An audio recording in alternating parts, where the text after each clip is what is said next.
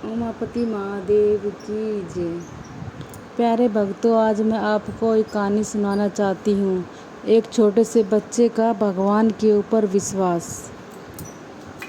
तो चलो कहानी शुरू करते हैं। एक राजा था, उसके संतान नहीं थी। तो उसने अपने राजपुरोहित से पूछा कि आप मुझे यह बताएं कि मेरे कर्म में संतान है या नहीं। तब राजपुरोहित ने कहा कि हे राजा, मैं आपको बताता हूँ। तब राजपुरोहित ने कहा कि आपके कर्म में संतान तो है। अगर आप किसी बच्चे की बलि देंगे तो आपके घर में संतान जरूर होगी।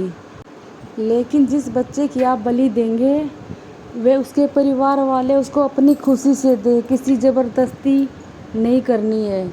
तो राजा ने कहा ठीक है। राजा ने अपने सिपाहियों से कहा कि पूरे राज्य में देखो, अगर कोई अपने बच्चे की बलि देने के लिए तैयार है तो उस बच्चे को लेकर आओ।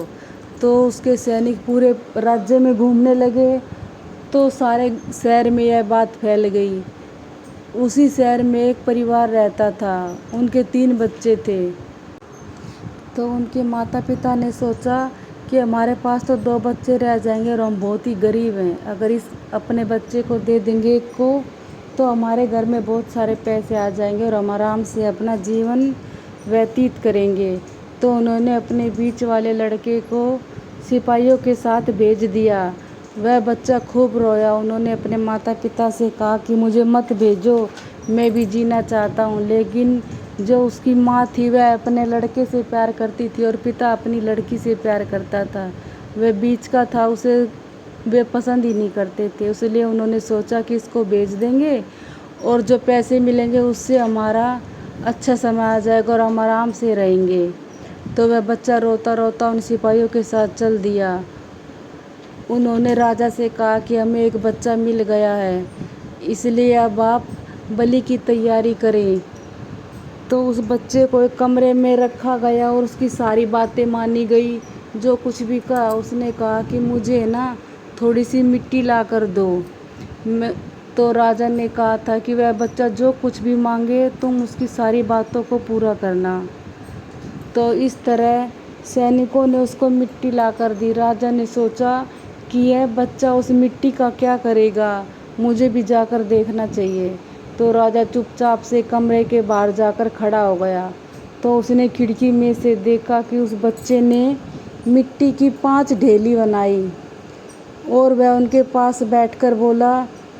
पहली ढेली को उसने हाथ से मिटा दिया और कहा कि हे बहन, तूने भी मेरी जान नहीं बचाई।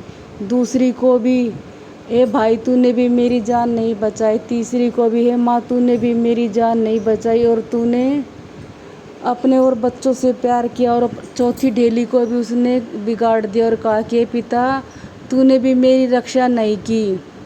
और 5वीं ढेली को वह पकड़कर जोर जोर से रोने लगा कि हे प्रभु, अब आप ही मेरी सहायता करोगे। मुझे पूरा विश्वास है कि आप मुझे मरने नहीं दोगे और आप मेरी रक्षा ज़रूर करोगे।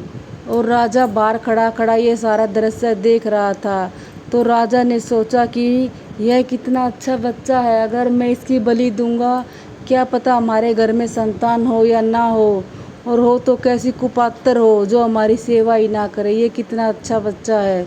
तो राजा ने दरवाजे खोलकर उस बच्चे को अपने गले से लगा लिया और कहा कि हे बेटा, मुझे माफ़ करो। तुम्हारे जैसा बच्चा तो किसी किसी के ही नसीब में होता है। आज से तू मेरा पुत्र है और मैं तेरा पिता।